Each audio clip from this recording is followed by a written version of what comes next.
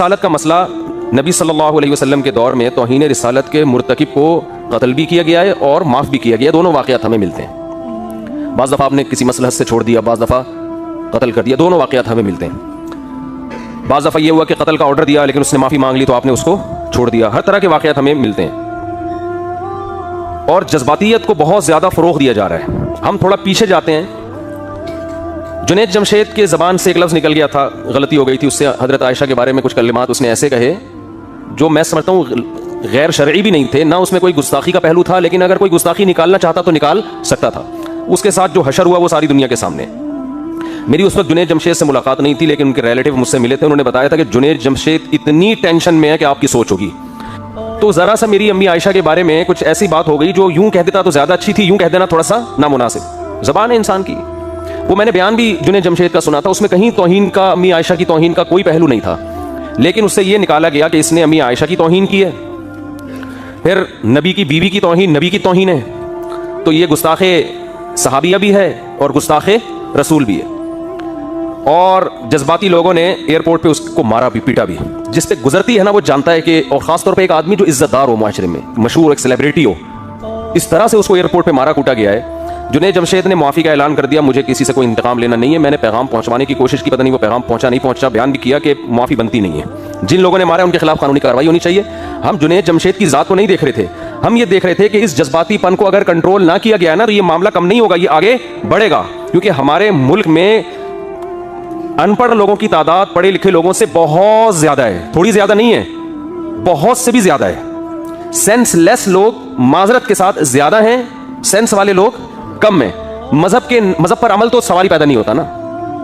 مذہب پر عمل تو جتنے لوگ کر رہے ہیں وہ تو آپ کو پتا ہے. مذہب کے نام پہ مارنا کوٹنا, مذہب کے نام پہ کسی کو ٹھوک دینا پکڑ کے, یہ جنت جانے کا بہترین راستہ ہے. یہ اس وقت بھی میں نے یہ بیان کیا تھا, اس وقت بھی میں نے دوست احباب کو کہا تھا کہ بھائی یہ چیز روکنے کی ضرورت ہے, لیکن افسوس کے ساتھ کہنا پڑتا ہے کہ شاید اس وقت اتنے بھرپور طریقے سے اس پہ آواز اٹھائی نہیں گئی. جنید جمشید کی شخصیت کو تو ہدف بنایا گیا کہ وہ اس کو غلط مارا ہے, اس فلسفے کی تردید نہیں ہوئی. بات آ رہی ہے سمجھ میں؟ بھائی ایک شخص کی ذات کو کیوں دیکھ رہے ہو؟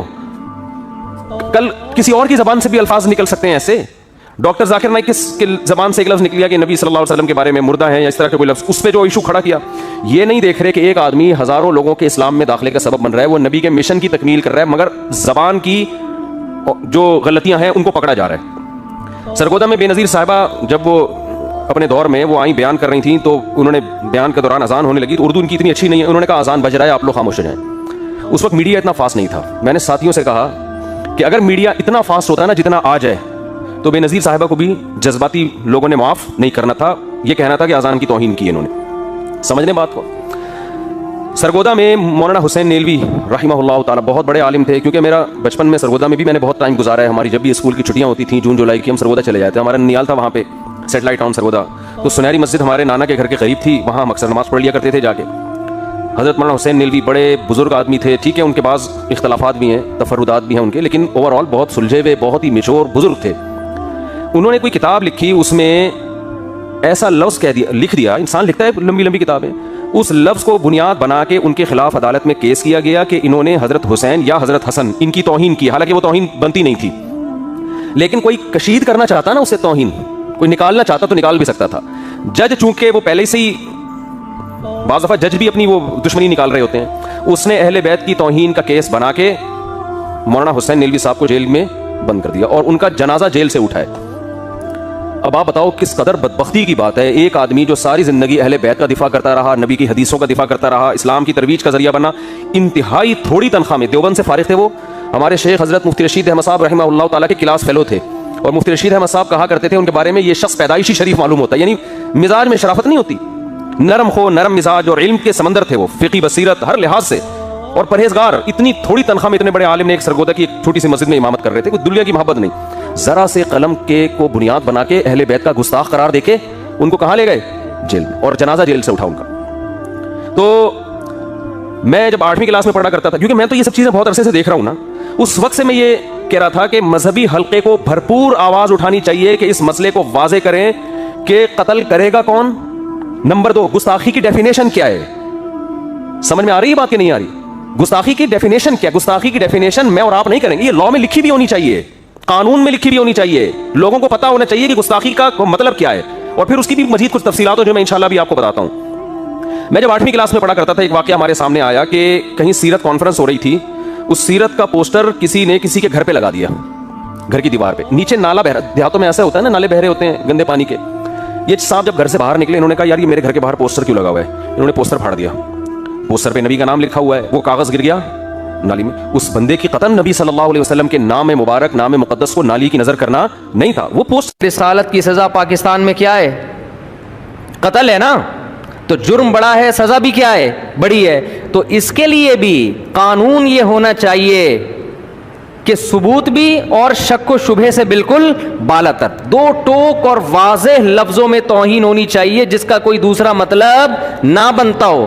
اس میں زبان کا لڑکھڑا جانا اور کہہ کچھ رہا تھا نکل کچھ اور گیا, اگلے کو موقع دینا چاہیے کہ آپ کیا کہنا چاہتے ہیں.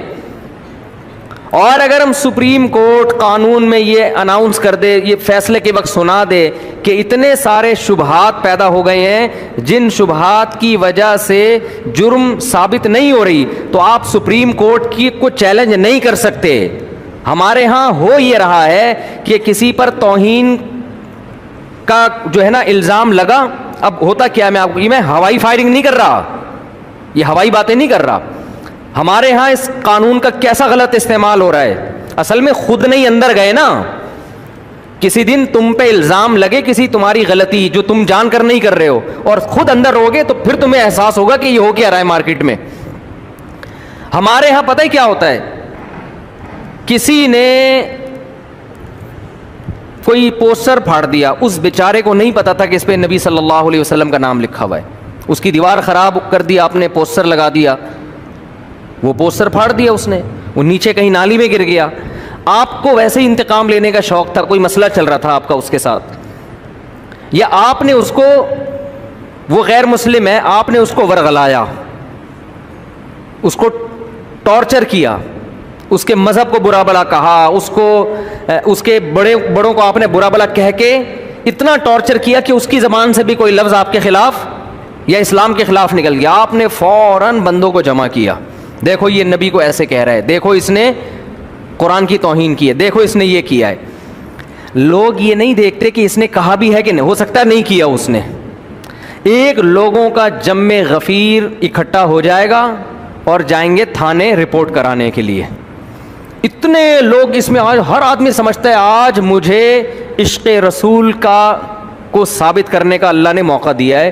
چرسی بھی آپ کا ساتھ دیں گے, ہیروئن جی بھی آپ کے ساتھ ہوں گے, محلے کے بڑے بڑے غنڈے جن 20 بندوں کو قتل کر چکے تھے, آج تک کبھی انہوں نے کوئی سنت پوری نہیں کی ہوگی, لیکن ان کو بھی موقع ملے گا کہ آج ہمیں موقع ملا ہے ہم توہین رسالت کے مرتکب کو کیفر کردار تک پہنچائے. وہ اس کی تحقیق نہیں کرتے کہ حقیقت میں ایسا ہوا بھی ہے کہ نہیں ہوا. پھر آپ پہنچ جائیں گے تھانے. ایس ایچ او صاحب کو پتا ہے اگر میں نے ایف آئی آر نہیں کاٹی پورا ہجوم میری بوٹیاں کووں کو کھلائے گا. سمجھ رہے ہو نہیں آ رہی بات؟ میرا خیال ہے یہ قوم کا جذباتی پن ہے جو میں بتا رہا ہوں. نہیں سمجھ میں آ رہا نا تو کبھی آپ کے اوپر پڑے گی تو پتہ چلے گا. پھر جناب ایف آئی آر بھی کٹے گی, تمہارا باپ بھی کاٹے گا ایف آئی آر. تو پھر جب عدالت میں مقدمہ چلے گا, جج کو پتا ہے اگر میں نے جیل نہیں کیا تو قوم مجھے, میری بوٹیاں کس کو کھلائے گی؟ کووں کو کھلائے گی. سمجھتے ہو؟ اور ادھر سے جو وکیل ہوگا نا, جو اس کی طرف سے وکیل ہے جس پر فرد جرم لگی ہے, اس کو پتا ہے کہ اگر میں نے اس کا زیادہ دفاع کیا تو میری بوٹیاں کس کو کھلائی جائیں گی؟ کووں کو. بتاؤ ایسے موقع پہ انصاف ملے گا کسی کو؟ نہیں یہی بات سمجھ میں. پھر جب وہ کیس اس کے اوپر چلے گا, ہر جج پہنائے گا کہ یار یہ آگے کسی کو, پھر کیس چلتا ہے لمبا. پھر لوگ کہتے ہیں ہم تو پہلے ہی کہتے تھے حکومت قادیانیوں سے ملی ہوئی ہے, سیدھا سیدھا لٹکا کیوں نہیں رہی اس کو مجرم کو؟ ہم تو پہلے ہی کہتے تھے یہ حکومت یہودیوں کی ایجنٹ ہے. پھر اگر اوپر جا کے کسی جج نے اس کو, اتنے میں کیا ہوتا ہے کہ نیچے جو اس کے جس پہ فرد جرم عائد ہوئی ہے نا, اس کے رابطے ہو جاتے ہیں فرانس سے, امریکہ سے, لندن سے, کہ بھائی دیکھو میں اپنے ملک میں محفوظ نہیں ہوں. ان کا قانون ہے کہ اگر آپ اپنے ملک میں واقعی محفوظ نہیں ہیں, آپ ثابت کر دیں, آپ اسائلم داخل کریں, وہ آپ کو نیشنلٹی دے دیں گے. میں ہانگ کانگ ہو کر آیا ہوں, سینکڑوں نہیں ہزاروں پاکستانی ہیں جنہوں نے یہ کہا کہ ہم پہ حملہ ہوا, جھوٹے حملے کروا کے کیس داخل کر کے ہانگ کانگ کی نیشنلٹی لے لی. پڑے ہوئے وہاں پڑے ہزاروں ہیں, نیشنلٹی نہیں بھی ملتی تو وہ اسٹے کی اجازت دے دیتے ہیں آپ. تو اس بیس پر بھی پھر لوگ کہتے ہیں ہم تو پہلے ہی کہہ رہے تھے کہ غیر ملکی طاقتیں اس کے ساتھ ملی ہوئی ہیں اور حکومت بھی غیر ملکی طاقتوں کے ساتھ ملی ہوئی ہے. یہ تو ہیں ہی سارے وہاں کے ایجنٹ. پھر اگر سپریم کورٹ بری کر دے اور قانون میں لکھ دے کہ جی اتنے پوائنٹ ہیں, اتنے شبہات ہیں جس کی وجہ سے ہم یقینی طور پہ نہیں کہہ سکتے کہ اس نے توہین کا ارتکاب کیا ہے, تو سپریم کورٹ کو گالیاں, وہ معین اختر کے ماموں جیسے گالیاں دیتے تھے نا. پروگرام دیکھیں آپ لوگ آج میرے مشورے پر, معین اختر اور انور مقصود کا پروگرام ہے جس میں انور مقصود معین اختر سے پوچھ رہے ہیں آپ کے ماموں کیا کرتے ہیں. اس نے کہا گالیاں دیتے ہیں, نلکے میں پانی نہیں آتا نلکے کو گالیاں. سمجھ رہے ہو, اتنی بجلی ہے نہیں بل پورا آتا ہے, کس کو گالیاں, کے ای ایس سی والوں کو گالیاں. مالک مکان کوئی سہولت دیتا نہیں, کرایہ لینے آ جاتا ہے, مالک مکان کو گالیاں. جب کرایہ نہیں دیتے تو پولیس کو بلاتے ہیں, پولیس کے ایسے ایسے پارٹس کو گالیاں کہ پولیس والے کہتے ہیں ہم نے یہ پارٹس کا نام کبھی سنا بھی نہیں ہے. صحیح ہے. تو وہی کام ہمارے ہاں عوام کر رہی ہوتی ہے. تو قوم میں جذباتی پن کچھ ضرورت سے زیادہ ہے, میچور نہیں ہے ہماری قوم. مذہب کا غلط استعمال کر کر کے آپ اپنے اوپر پابندیاں ملک میں لگاؤ گے. پاکستان ابھی گرے لسٹ میں ہے اور یہی حرکتیں تھوڑے دن اور چلیں تو بلیک لسٹ میں آ جائے گا. پھر جب تمہیں کھانے کو روٹی نہیں ملے گی, پہننے کو کپڑا نہیں ملے گا, گالیاں دو گے اپنے حکمرانوں کو. وہ تو ویسے ہی دیتے رہتے ہو, مجھے کوئی اس پر اعتراض نہیں ہے. ٹھیک ہے, کچھ گالیاں تو صحیح بنتی ہیں, کچھ غلط بنتی ہیں. صحیح اور غلط میں فرق کیا کرو, سوچ سمجھ کے گالی دیا کرو کہ یہ والی گالی یہاں فٹ ہو بھی رہی ہے کہ نہیں ہو رہی ہے. بنتی ہے تو آپ دو بھائی, ثواب ملے گا آپ کو, نہیں بنتی تو نہیں دو.